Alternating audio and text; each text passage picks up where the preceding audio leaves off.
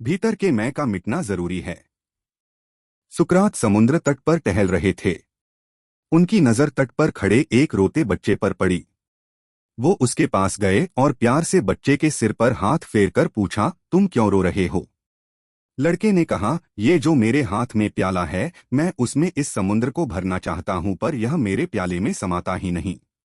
बच्चे की बात सुनकर सुकरात विस्माद में चले गए और स्वयं रोने लगे। अब पूछने की बारी बच्चे की थी। बच्चा कहने लगा, आप भी मेरी तरह रोने लगे, पर आपका प्याला कहाँ है?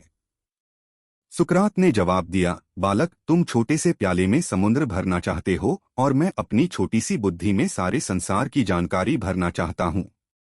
आज तुमने सिखा दिया कि समुद्र प्याले में नहीं समा सकता है। मैं व्यर्थ ही बेचैन रहा। यह सुन के बच्चे ने प्याले को दूर समुद्र में फेंक दिया और बोला, सागर, अगर तू मेरे प्याले में नहीं समा सकता तो मेरा प्याला तो तुम्हारे में समा सकता है। इतना सुनना था कि तब सुकरात बच्चे के पैरों में गिर पड़े और बोले, बहुत कीमती सूत्र हाथ में लगा है। हे परमात्मा, आप तो सारा का सारा मुझ में नहीं समा सकते हैं, पर मैं तो सारा का सारा आप में लीन हो सकता हूँ। ईश्वर की खोज में भटकते सुकरात को ज्ञान देना था तो भगवान उस बालक में समा गए। सुकरात का सारा अभिमान ध्वस्त कराया। जिस सुकरात से मिलने के सम्राट समय लेते थे, वह सुकरात एक बच्चे के चरणों में लौट गए थे।